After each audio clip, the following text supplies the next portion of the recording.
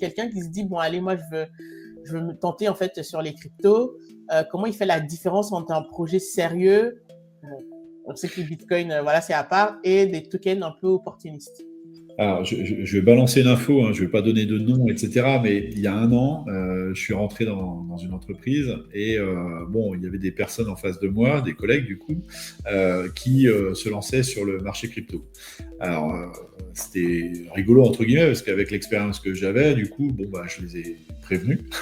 Je leur ai dit oulala, attention, mais avec les mêmes coins, etc. En très peu de temps, tu peux devenir millionnaire. Et, oui, oui, bah, avec la loterie aussi, on peut, mais il y en a peu. La majorité quand même perd beaucoup d'argent. Donc bon, ils se sont lancés et puis il y a quelques jours, eh ben, on a rediscuté et ils me demandaient comment acquérir du Bitcoin. Donc c'était assez rigolo. En tout cas, bon, moi j'ai dit bah oui, voilà, t'as fait ta propre expérience. Alors je vais expliquer aux gens parce que moi quand je me suis lancé dans cet écosystème, j'étais très très loin d'être un bitcoiner maximaliste. J'ai tout essayé, enfin j'ai essayé beaucoup de choses, hein. Je suis allé sur les plateformes de DeFi, mais vraiment sur les blockchains, en décentralisé, à utiliser des bridges, à faire tout un tas de choses avec tout ce qui est possible de faire sur l'environnement crypto. Mais à un moment donné, je voulais structurer ma pensée aussi, je voulais essayer de comprendre comment tout ça s'organisait. Et lorsque vous faites ça, vous tombez sur un sujet qu'on appelle l'étude de la tokenomics. L'étude de la tokenomics, c'est de savoir finalement comment ces jetons sont répartis. Et c'est de là que vient la différence où beaucoup de bitcoiners vous disent attention, il y a Bitcoin et il y a les cryptos. Et Bitcoin ne fait pas partie de cet environnement que vous appelez des crypto-monnaies. Ce sont deux choses différentes. Bitcoin, la tokenomics, elle est assez simple. C'est un programme informatique qui vous dit il y a tant de bitcoins qui vont arriver toutes les 10 minutes. Et ce nombre de bitcoins qui arrive toutes les 10 minutes, on va le diviser par 2 tous les 4 ans.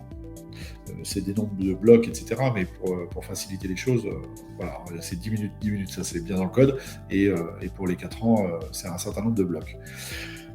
C'est inscrit et il n'y a pas eu de ce qu'on appelle du préminage ou alors de la réservation. C'est-à-dire il n'y a pas une entité qui s'est réservée un certain pourcentage de Bitcoin. Dans l'immense majorité de tous les projets crypto autres que Bitcoin, vous avez des entités qui se sont réservées un certain montant de tokens qu'ils ont créés, je le répète, gratuitement. Les bitcoins sont à la base créés gratuitement, il faut miner, faire du minage, mais ils arrivent, quoi qu'il arrive, ils vont arriver sur le marché. Les cryptos que vous avez, que ce soit Ethereum, Cardano, Solana ou tout ce que vous voulez, ce sont bien des jetons qui, à la base, sont créés à partir d'un code, mais pour lequel, donc gratuitement, enfin c'est un code informatique, c'est pas non plus, c'est pas quelque chose d'extraordinaire. Et l'équipe va s'en réserver une partie. Va s'en réserver une partie pour l'équipe, va réserver une partie pour inciter les gens à venir en acheter au début. Et donc, vous avez une répartition qui est là. Est-ce que les projets n'ont aucun intérêt? Est-ce que les projets crypto n'ont aucun intérêt? Je n'ai jamais dit ça. Ethereum, son objectif, c'est d'être une plateforme décentralisée, un système d'exploitation décentralisé sur lequel on peut venir plugger des applications, etc. Et l'Ether va permettre de faire fonctionner les fameux smart contracts, qui sont des petits contrats intelligents, etc. Mais évidemment que ça a un intérêt, ce genre de choses. En tout cas, ça peut être utile. On peut imaginer tout un tas d'utilisations avec ça. Mais si je me place du point de vue investisseur, c'est là où il faut changer la donne, c'est de se dire, mais ok, d'un point de vue investissement, est-ce que c'est malin d'aller acheter quelque chose alors que je sais que 50% de ce quelque chose a été réservé par des gars qui ne l'ont pas payé et qui ne l'ont pas acheté à ce prix-là? Là, ça devrait questionner.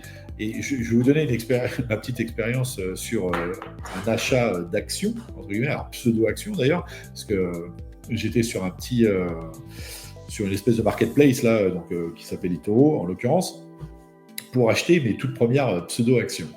Je n'avais jamais fait ça.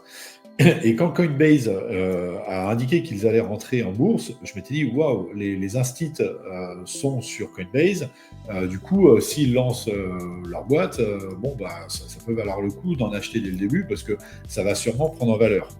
Mais je me suis fait déglinguer. Je me suis fait déglinguer, pourquoi ? Parce qu'en fait, une partie de ces actions avait été offerte gratuitement à je ne sais combien de centaines, voire même milliers, enfin centaines au moins, d'employés de chez Coinbase. Donc il y avait des actions qui avaient été offertes gratuitement.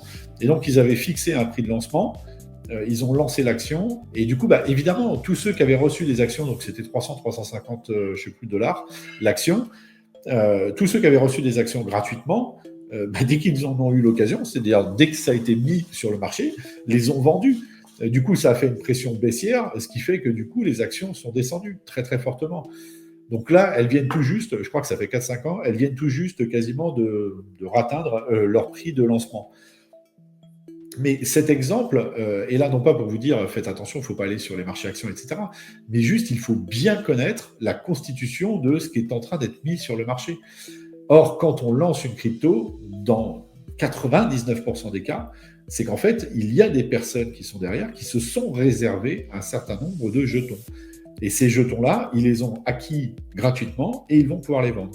Donc, il faut vraiment dissocier pour moi le côté à quoi ça sert, qu'est-ce qu'on peut faire avec ce truc-là, et le côté investisseur en mode est-ce que c'est une bonne réserve de valeur ? Est-ce que si je vais là-dessus, est-ce que je risque pas d'y perdre des plumes ?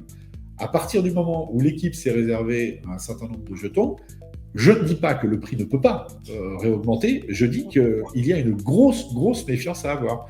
Et donc, quand on fait l'étude sur deux cycles de 4 ans, eh bien, aucune n'a performé Bitcoin. Donc, on peut se dire que peut-être la prochaine va réussir à le faire. Moi, je commence à douter très sérieusement de ce genre de projection. Je ne le pense pas. Et ceux qui me diront que si, il y a des crypto-monnaies qui ont surperformé Bitcoin, si c'est le cas, c'est sur un cycle, c'est parce que ça vient d'être lancé, et donc du coup, il y a une hype, mais lorsque la hype est passée, c'est... Donc voilà. Dissocier l'utilité est-ce que parce que c'est... Alors, si, il y a un truc quand même. Si c'est inutile, j'ai envie de dire aux gens, n'y allez pas. Enfin, oui, déjà. Voilà. Comme les mêmes coins. Et sur quelque chose qui est complètement inutile. Mais si c'est utile, ça ne veut pas dire qu'il y a un intérêt financier à y aller. Là, dans ces cas-là, il faut sans doute beaucoup plus creuser le sujet.